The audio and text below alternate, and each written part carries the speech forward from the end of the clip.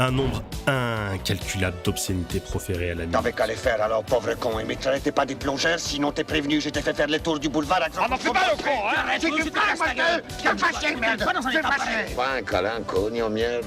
Des scènes choquantes. Un soupçon d'inceste. Baise-moi! Et un protagoniste qu'on a du mal à apprécier. Laissez-moi vous présenter Scarface. Un trip sous cocaïne filmé à la pellicule. Où Al Pacino incarne un monstre d'ambition. Antonio Montana.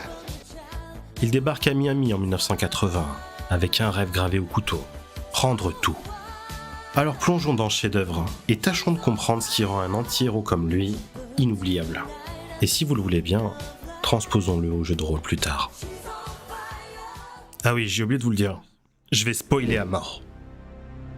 1980, Miami. Une marée humaine déferle sur la Floride. L'exode de Mariel. Plus de 125 000 Cubains foutus sur des rafios après que Castro ait ouvert les vannes. Il vide ses prisons, expulse les indésirables, et parmi eux, Tony Montana et son complice, Manny Ribiera. Les deux veulent bouffer l'Amérique, mais pour l'instant, ils sont juste enfermés dans un camp pour réfugiés, parqués comme du bétail. À l'interrogatoire des douanes, Tony grille son propre jeu. Il est coincé. Trafic de dollars. Super échec. T'es un petit marrant, Tony. Non, c'est vrai. Avec un Canadien, un touriste.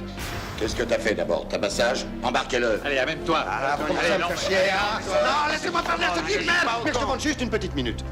Jusqu'à la première offre du diable. Un ponte local leur propose un deal. On va bientôt sortir de ces bleds, dans 30 jours. D'autre part, on a le statut d'émigré. Carte verte, job à Miami en plus. Tu dis à tes gars de Miami, à ton copain, que ce sera avec plaisir. Quand je tue un communiste, j'ai le fou rire. Mais pour le statut d'émigré, lui, je vais lui faire une belle boutonnière. Tony n'hésite pas. Une émeute éclate. Il se ferait un chemin et plante la lame. Sorti du camp, Tony et Manny ramassent des miettes. Cuisine dégueulasse, fast-food à vomir. Et cette fameuse réplique. J'ai des mains faites pour l'or, elles sont dans la merde. Mais Tony n'est pas né pour servir des tacos. Il veut le gros lot. L'argent, la rue, le pouvoir. C'est là qu'intervient Omar, un bras droit d'un certain Frank Lopez, baron de la drogue de Miami. Il leur propose un plan, un deal avec des Colombiens. Il y a une bande de Colombiens qui débarquent vendredi. Des nouveaux. Ils disent qu'ils apportent 2 kilos pour ouvrir de la peur et sont dans un hôtel à Miami-Plage. Erreur fatale. L'affaire tourne au carnage dans un motel pourri. Tony assiste à l'horreur. Son pote découpé vivant à la tronçonneuse. Mais il ne tremble pas. Il saisit l'instinct. Tire le premier. Tue. Et récupère la cam et l'argent. Le magot en main, Tony se pointe devant Frank Lopez. Frank voit directement le potentiel. Un tueur froid, une ambition sans filtre. Il le prend sous son aile. C'est là qu'il rencontre Elvira, blonde, glaciale. Une silhouette parfaite. Un regard méprisant. La femme de Frank. Tony la veut, la désire. Et sur l'écran brille cette promesse. The world is yours.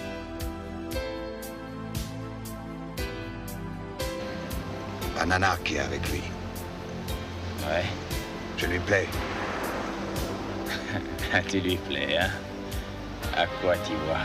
J'y vois. C'est aux yeux, Chico. Il ne ment jamais l'œil. Plus tard, Tony retourne voir sa mère et sa sœur Gina. Sa mère le rejette en boucle.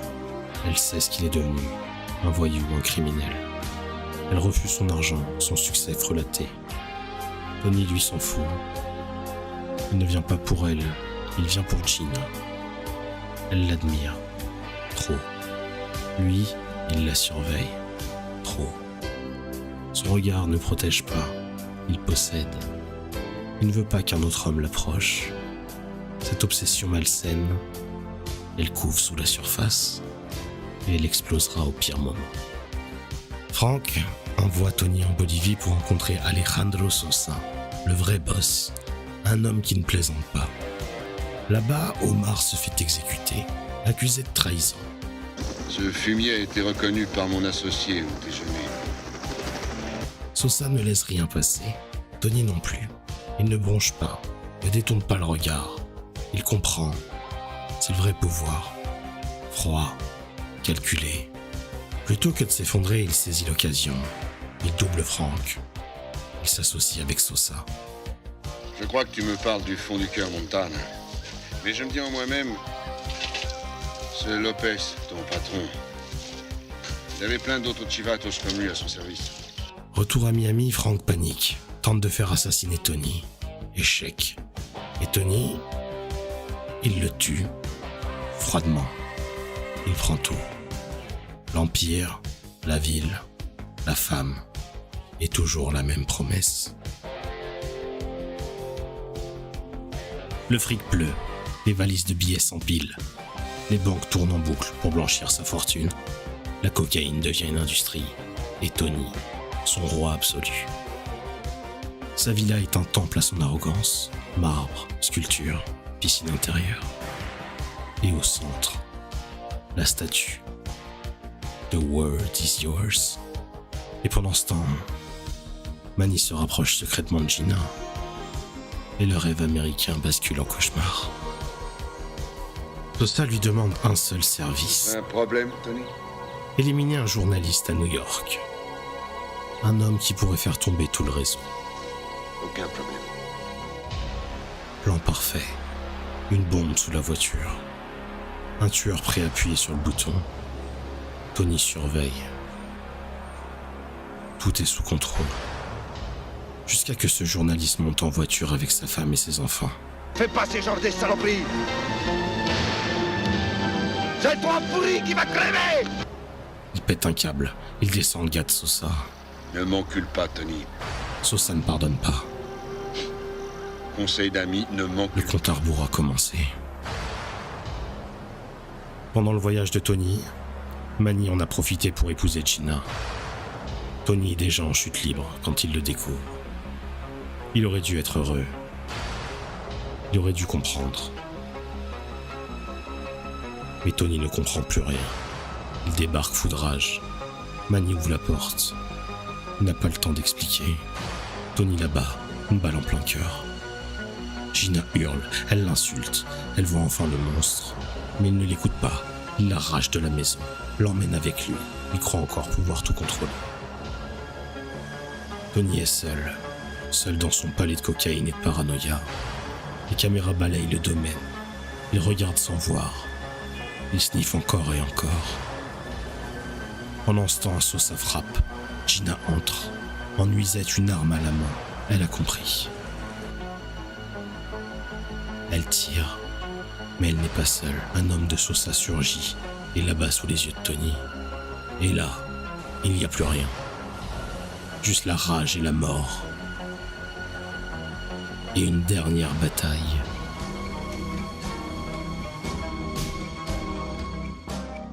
Il ne va pas fuir. Il ne sait pas fuir. La légende se grave sur la pellicule. Il défie la mort. Il explose ses ennemis. Mais il est seul contre une armée. Il tombe. Une balle, puis une autre. Il s'accroche. Jusqu'à que le coup fatal arrive.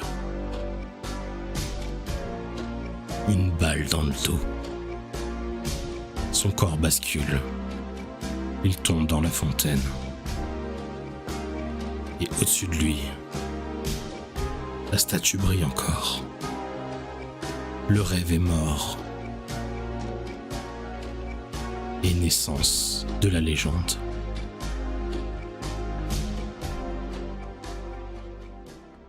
Putain, ma voix, bordel! Maintenant que je peux reprendre ma voix, qu'est-ce que vous en dites qu'on prenne 3 scènes clés du film et qu'on les analyse ensemble pour voir ce qui fait de Tony Tony et de voir comment on peut les adapter en jeu de rôle? C'est parti, par là. Quand on découvre Tony pour la première fois, c'est encore un immigré cubain. Pourtant, il agit déjà comme un homme qui sait où il va. Face aux agents de l'immigration, il ne se contente pas de répondre aux questions. Il impose sa présence. Ça date depuis que j'étais gosse. Vous voyez? Vous auriez dû voir l'autre copain. Il était méconnaissable. Et ça, Mais qu'est-ce que cette scène révèle sur lui? Tony ne doute jamais. Il ne se contente pas de vouloir réussir. Il est persuadé qu'il est destiné à quelque chose de plus grand. Il comprend la dynamique du pouvoir. Même en position de faiblesse, il refuse de se soumettre. Être le mouton que tu aimes, avec le troupeau des bêtes. Il sait que l'attitude crée la réalité. Nous pouvons aussi remarquer que son assurance ne repose pas sur des faits, mais sur une croyance inébranlable en lui-même. Le film illustre d'autres choses. Son regard est fixe, il ne fuit jamais celui du policier. Il le nargue même parfois. Sa posture est détendue, et cela en dit beaucoup sur lui. Hank est l'homme qui a donné sa première chance à Tony, mais il est aussi son plus grand obstacle. Dans cette scène, Tony prend ce qu'il estime être à lui, le pouvoir. Après avoir découvert que Frank a tenté de le faire assassiner, il se rend dans son bureau et le confronte. Frank essaie de le calmer, de négocier, mais Tony a déjà fait son choix. Tony ne montre aucun remords. Mais qu'est-ce que cette scène révèle sur lui? Premièrement, il ne laisse jamais une trahison impunie. Il ne donne jamais de seconde chance. Aussi, il n'a pas peur des conséquences. Il agit d'abord, il gère après. Dans la scène, son ton ne monte jamais. Il est calme, sûr de lui, comme si tout était déjà joué. Pourquoi cette arme, Tony? ¿Para qué? Oh, pas rien. Je suis... Comment vous dites? Paranoïaque. D'ailleurs, il n'éprouve aucun état d'âme. La mort de Frank n'est qu'un détail dans son ascension. Mais une fois cette ascension atteinte, la chute n'est que plus grande.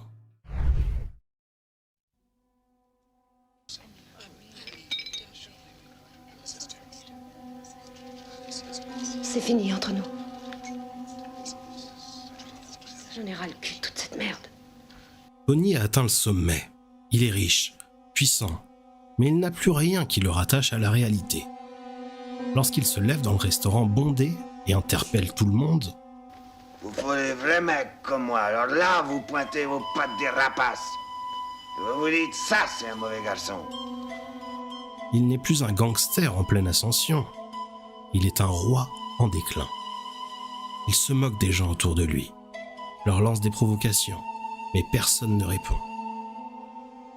Il est entouré et affreusement seul. Il a tout, mais il ne contrôle plus rien. Mais qu'est-ce que cette scène révèle sur lui? Qu'est-ce que le film essaye d'illustrer? Il est devenu paranoïaque, agressif, incapable de faire confiance à qui que ce soit. Il ne se voit même plus comme un homme ordinaire. Il méprise ceux qui ne sont pas comme lui. Mais il ne réalise pas que son propre comportement l'a isolé. Il parle fort, mais personne ne lui répond. Il n'intimide plus, il agace. Il est ivre et son regard est fatigué. Mais il refuse d'admettre qu'il est en train de s'effondrer. Bien voilà, c'est fini. Je vous ai donné toutes les clés pour appréhender un gangster ou bien Tony Montana, pour du jeu de rôle ou pour autre chose. J'espère que la vidéo vous a plu. N'oubliez pas de vous abonner et dites-moi quel personnage vous aimeriez voir la prochaine fois. Ciao. Make your life spectacular. Et salut, je fais super vite pour vous expliquer quelque chose avec une bouteille d'Oasis à gauche, ça n'a aucun rapport avec la vidéo. Alors, j'ai oublié de faire un récap, mais c'est pas grave parce que je vais faire mieux. Je vous mets une fiche de personnage de Tony Montana dans la description, et je vous mets les aides de jeu de comment l'interpréter aussi dans la description. Voilà!